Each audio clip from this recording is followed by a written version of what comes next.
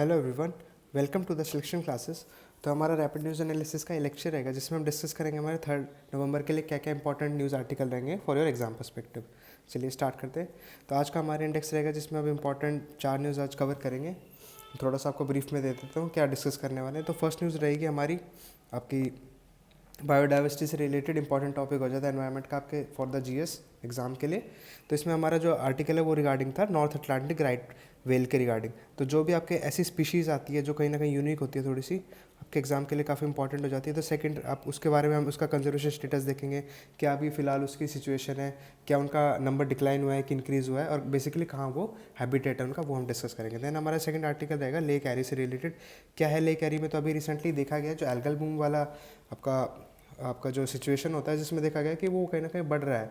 तो बढ़ रहा है तो उसकी वजह से क्या क्या आपका ह्यूमन और एनिमल पे इम्पैक्ट पड़ता है उसका, तो वो हम डिस्कस करेंगे कि कैसे वो एनिमल ह्यूमन और एनिमल की हेल्थ को इफेक्ट करता है, तो वो हम डिस्कस करेंगे। देन उसके साथ साथ हम लोकेशन देखेंगे, वो काफ़ी इंपॉर्टेंट हो जाता है लेक एरी के। उसके साथ साथ क्या उसकी नेबरिंग जो आपकी लेक्स होती है यूएसए की, जो एक की इंपॉर्टेंट लेक्स है, तो वो हम आगे देखेंगे। देन हमारा थर्ड न्यूज़ आर्टिकल रहेगा काफ़ी इंपॉर्टेंट आपका आईआर से रिलेटेड है, जियोपॉलिटिकल न्यूज़ रहेगी। तो इसमें बात करिए कि ब्राज़ील है, जो आपकी ब्राज़ील एज अ कंट्री, उसने जो बीआरआई है, चाइना का जो बीआरआई है, उससे ऑप्ट आउट कर लिया है। तो वो हम देखेंगे कि बीआरआई बेसिकली है क्या, जो चाइना का initiative belt and Road Initiative, तो उसमें कौन कौन सी वैसे ऑलरेडी कंट्रीज़ है और आपका ब्राज़ील ने क्यों ऑप्ट आउट कर लिया वो हम देखेंगे। और चाइना का इंडिया से क्या रिलेशन है इस मामले में, चाहे आपका इंडिया से कैसे इम्पैक्ट कर रहा है बीआरआई, वो देखेंगे। देन आपका लास्ट आर्टिकल रहेगा कि यूएस में जो इलेक्शन होने वाले हैं 5 नवंबर को, तो हम बेसिकली देखेंगे, हमारे लिए इंपॉर्टेंट हो जाता है कि वो कौन सा आपका फॉर्म ऑफ गवर्नमेंट फॉलो करते हैं, प्रेसिडेंशियल है या पार्लियामेंट्री है, और दोनों में क्या डिफरेंस है, वो हमारे लिए काफ़ी इंपॉर्टेंट हो जाता है फॉर योर एग्जाम।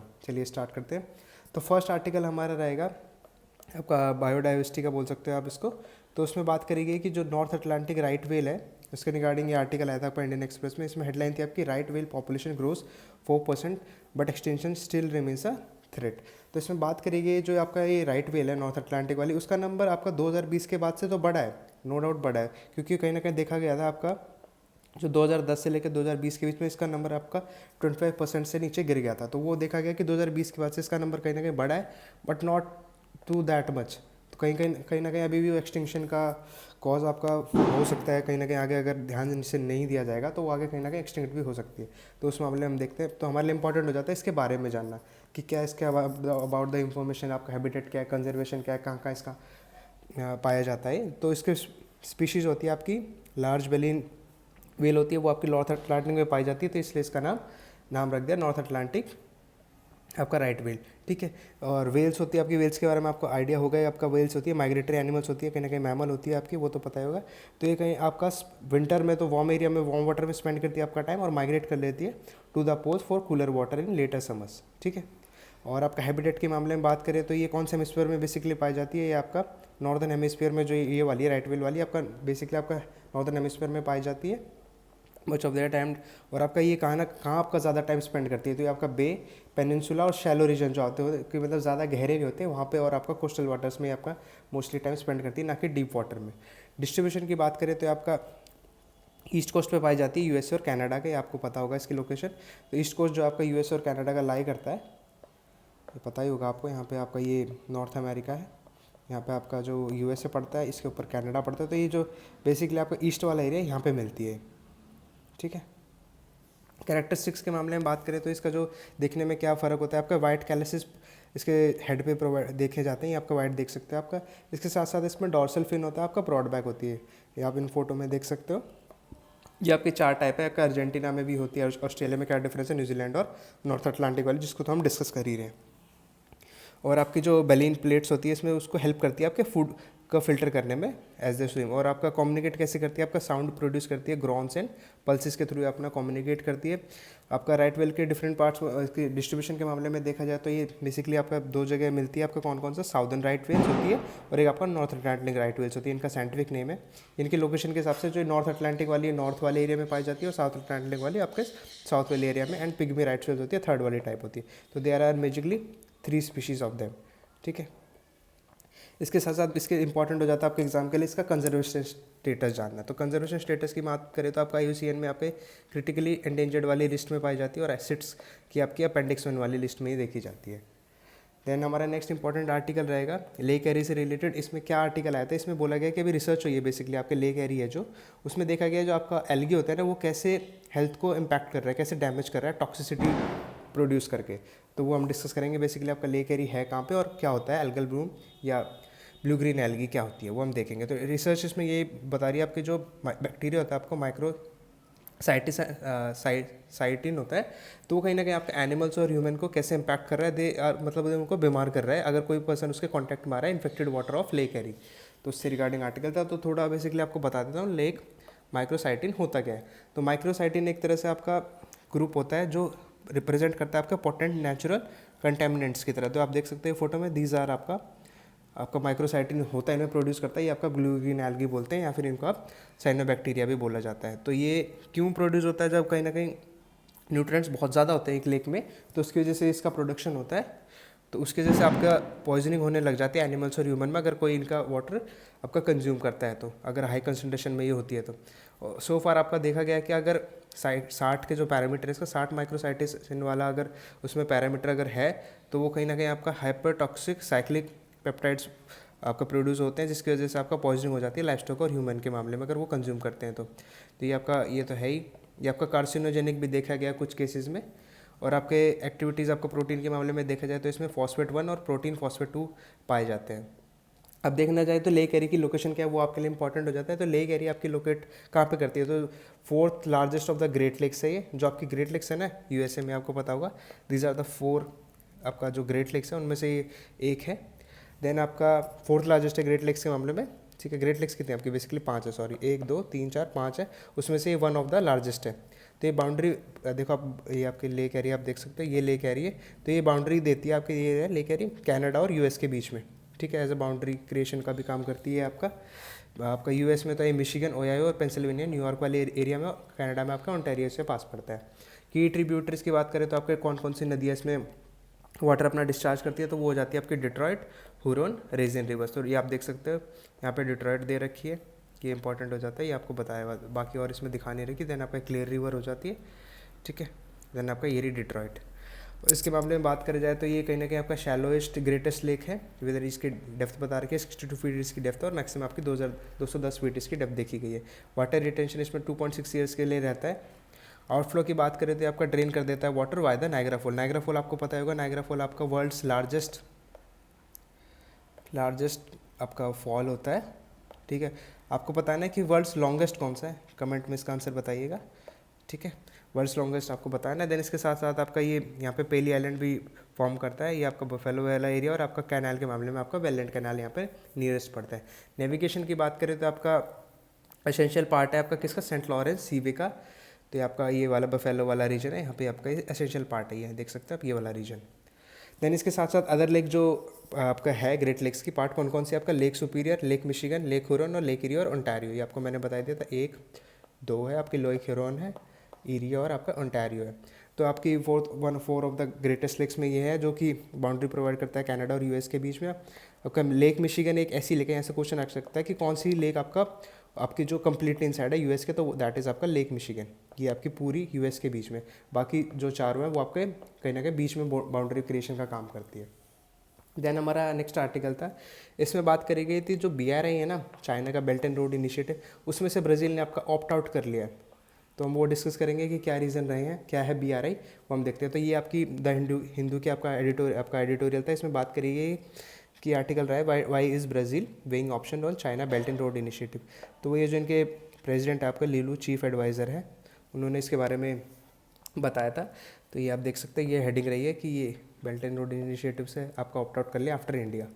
तो हम देख लेते हैं बेसिकली पहले तो आपका बेल्ट एंड रोड इनिशिएटिव है क्या, ये आपको पता होना चाहिए। तो BRI आप देख सकते हो, तो BRI आपका चाइना ने स्टार्ट करता है, चाइना के कौन से प्रेसिडेंट आपका जिनपिंग ने 2013 में इसका स्टार्ट करता है एक्सपेंशन। तो इसका ऑब्जेक्टिव क्या था बेसिकली, इसका ऑब्जेक्टिव था to connect Asia with Europe. आप देख सकते हैं ये अपना एशिया, यहाँ पे यूरोप पड़ जाता है, और अफ्रीका, ये आप देख सकते हैं, with the network of railways, highways, ports, airport. इनका मेन आपका ये था कि हाँ यहाँ हम कहीं ना कहीं आपका रोड कनेक्टिविटी बढ़ा देंगे, आपका सीवेज कलेक्ट कर देंगे, रेलवे कनेक्ट कर देंगे, पोर्ट्स वगैरह इंफ्रास्ट्रक्चर प्रोजेक्ट्स में इन्वेस्ट करेंगे, तो वहाँ पे हमारा इन्फ्लुएंस बढ़ जाएगा अल्टीमेटली। टू इंटेंट इनका क्या था, टू ट्रेड, इन्वेस्टमेंट और इकोनॉमिक ग्रोथ में आपका प्रमोट करना इनका इंटेंशन था, ठीक है। देन आपका ब्राज़ील ने ऑप्ट आउट कर लिया, वो बता ही दिया था आपका। देन आपका आपका प्रिंसिपल कंपोनेंट क्या आपका चाइना का जो जो आपका सिल्क रोड नॉर्मली पहले से है ना, सिल्क आपका इकोनॉमिक बेल्ट और आपका मैरीटाइम सिल्क रोड है, उसके पैटर्न को ये फॉलो कर रहे हैं। तो चाइना के और भी आपका BRI में क्या क्या अंडर आता है चाइना का, जो उसमें आपका चाइना पाकिस्तान इकोनॉमिक कॉरिडोर है, जिसकी वजह से इंडिया का कन्फ्लिक्ट रहता है चाइना से, ठीक है। ये क्योंकि इंडिया से कहीं ना कहीं पास करता है आपके इंडिया के ऊपर वाले जो डिस्प्यूटेड एरिया है उससे पास करता है आपका।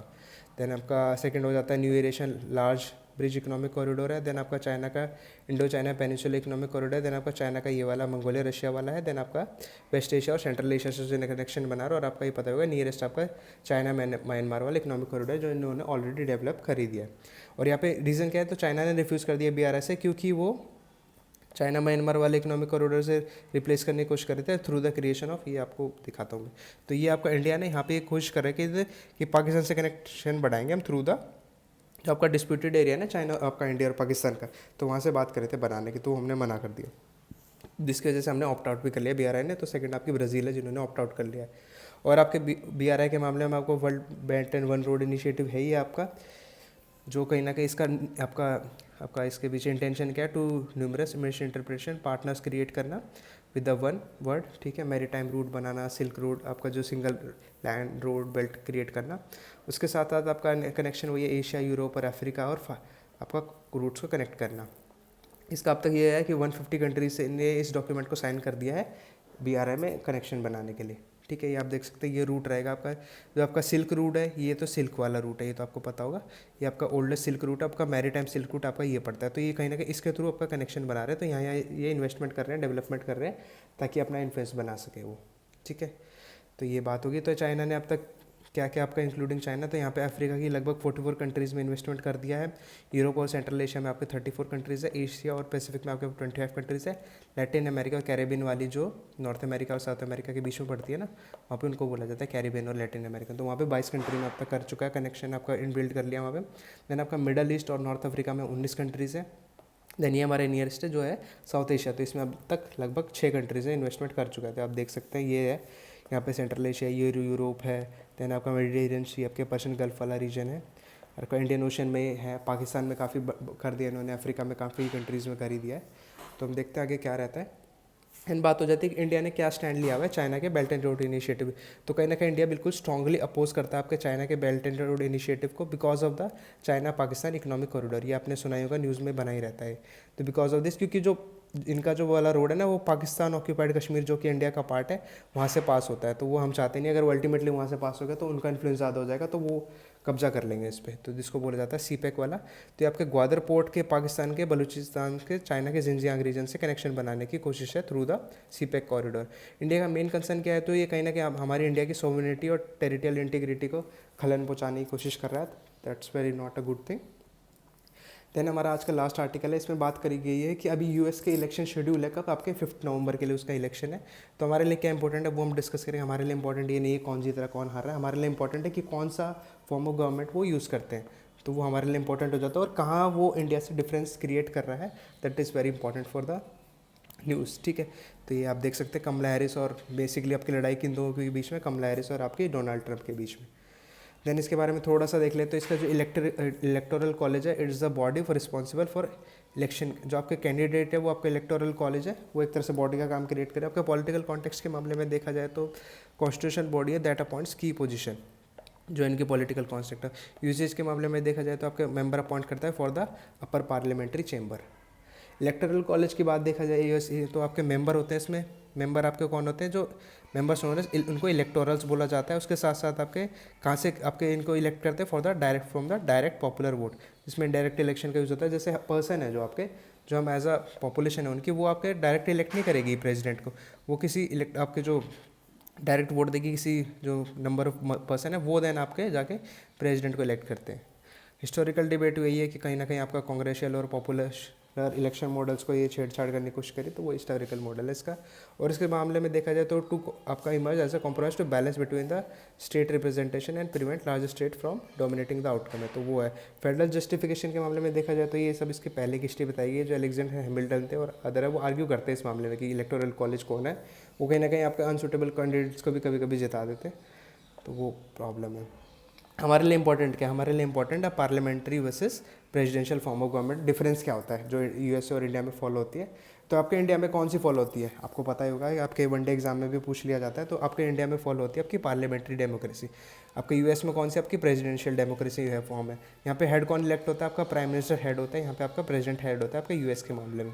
ठीक है, टाइप ऑफ इलेक्शन कौन सा होता है आपका, दोनों में आपका इंडायरेक्ट ही होता है अल्टीमेटली, जिसमें हम पीएम को कुछ नंबर ऑफ सीट जो आपके पर्सन है जिनको हम जिताते हैं, जैसे मान लो ये आपकी पॉपुलेशन है, ये आपके नंबर ऑफ एमएलएज एमपीज जो आपके एमपीज होते हैं उनको हम इलेक्शन में वोट देते हैं, देन अल्टीमेटली वो आपके जाके पीएम को चूज़ करती है। सेम चीज़ आपके यूएस में भी है। तो इनडायरेक्ट इलेक्शन है फॉर द प्राइम मिनिस्टर और यहाँ पे मैं direct for the president, why the जहाँ पे आप मेंबर ऑफ पार्लियामेंट को डायरेक्ट वोट देते हो। सेम चीज़ यहाँ पे इनके आपके कांग्रेस मेंबर बोले जाते हैं यहाँ पे पार्लियामेंट को। ठीक है, इलेक्टोरल बॉडी की बात करें तो कौन हैंडल करता है यहाँ पे अपने इंडिया में, ईसीआई हैंडल करता है इसको, और उनके में कौन है आपका एफईसी। एफईसी क्या होता है, फेडरल इलेक्शन कमीशन। ठीक है, यहाँ पे भी सेम सिस्टम फॉलो होता है, first pass the post system, और यहाँ पे भी आपका first pass the post system use होता है। यहाँ पे 538 इलेक्टरल्स है। यहाँ पे रिप्रेजेंटेशन के मामले में देखा जाए तो आपका जो प्रोपोर्शनल बेस्ड ऑन किस पे बेस्ड होता है आपका लोकसभा पे। ठीक है, इक्वल रिप्रेजेंटेशन इन राज्यसभा। यहाँ पे मेन आपके दो हाउस है, लोकसभा और राज्यसभा। यहाँ पे कौन आपका हाउस ऑफ रिप्रेजेंटेटिव और आपका सेनेट रिप्रेजेंटेशन बोला जाता है उनको। ठीक है, देन आपका इलेक्शन फ्रीक्वेंसी के मामले में देखा जाए तो हर 5 साल में इंडिया में होते हैं इलेक्शन फॉर द लोकसभा, और आपका स्टेट इलेक्शन आपके 5 साल में होते हैं। यहाँ पे आपके प्रेसिडेंशियल के लिए हर 4 साल में होते हैं, कांग्रेशियल के लिए आपके हर 2 साल में होते हैं, और हर 6 साल में आपके सीनेट के लिए होते हैं। एक तरह से इनका राज्यसभा है और ये अपना लोकसभा है। ठीक है, एक तरह से वोटर एलिजिबिलिटी इनके भी यहाँ भी सेम ही, आपका 18 साल से प्लस वाले जो लोग हैं वो वोट देते हैं। यहाँ पे भी सेम, अपने यूएस में भी सेम ही है, 18 प्लस लोग आपके वोट देते हैं। ठीक है, मेथड के मामले में बात करें तो यहाँ पे भी वो बताई देता है आपका नॉट डायरेक्टली इलेक्टेड। ठीक है, इंडिया के मामले में not directly elected party with Lok Sabha member choose prime minister. ठीक है, वो बताई दिया था। यहाँ पे भी आपका इनडायरेक्टली होता है अल्टीमेटली, जहाँ पे वो आपके जो electoral college based on popular state है वो आपका इलेक्ट करते हैं अल्टीमेटली। पॉलिटिकल पार्टीज आपकी मेन दो कौन सी इंपॉर्टेंट इंडिया में, आपकी बीजेपी, आपकी मल्टी पार्टी सिस्टम है ना इंडिया में कहीं ना कहीं, जिनमें डोमिनेट कौन है आपका बीजेपी और कांग्रेस। यहाँ पे भी आपके मेजरली आपके यहाँ पे 2 पार्टी सिस्टम यूज़ होता है। ये थोड़ा सा अलग चीज़ हो जाता है, आप कन्फ्यूजन हो। यहाँ पे आपका 2 पार्टी बेस्ड सिस्टम है और यहाँ पे आपका मल्टी पार्टी सिस्टम है। 2 ही पार्टी आपका इलेक्शन में लड़ती है। यहाँ पे उनका नाम है democratic and Republic. Vote counting की बात करें तो यहाँ पे ईवीएम का यूज़ होता है इंडिया में, जिसकी वजह से काफ़ी कुछ कन्फ्लिक्ट चलता रहता है कि नहीं होना चाहिए। यहाँ पे आपका अभी भी पेपर बैलेट यूज़ होता है। ठीक है, ये आपको पता ही होगा। डिस्प्यूट रेजोल्यूशन के मामले में बात करें तो यहाँ पे अगर कोई डिस्प्यूट हो जाता है तो आपका supreme court election commission handle करता है। यहाँ पे अगर आपका कोई कन्फ्लिक्ट हो जाता है तो किसी किसी केसेस में आपका स्टेट कोर्ट भी है और आपका सुप्रीम कोर्ट और कांग्रेस में इंटरवीन डिस्प्यूट है। कांग्रेस इनके पार्लियामेंट को बोलते हैं लोग। इनॉग्रेशन की बात करें तो आपका जो इनॉग्रेशन है यहाँ पे कोई फिक्स डेट नहीं है एज सच। अगर कोई जीत जाता है तो विद इन 2 वीक के इलेक्ट कर दिया जाता है। आपके पीएम को कौन है वो अल्टीमेटली इलेक्ट कर लेते हैं, किसको इलेक्ट करेंगे हम। यहाँ पे आपके जनवरी 20 फॉलोइंग ऑफ द ईयर है, इलेक्शन ईयर है, उन पे वो इलेक्ट करते हैं कि कौन रहेगा। ठीक है, तो आज का न्यूज़ एनालिसिस था। उम्मीद करता हूँ आपका अच्छा लगा होगा। और जो मैंने आपसे क्वेश्चन पूछे हैं, 2 क्वेश्चन पूछे हैं, आप उनका कमेंट ज़रूर दीजिएगा और कमेंट करिए आपको वीडियो अच्छा लग रहा है तो please like the video and share with your friend and subscribe our channel the selection classes. So thanks for watching.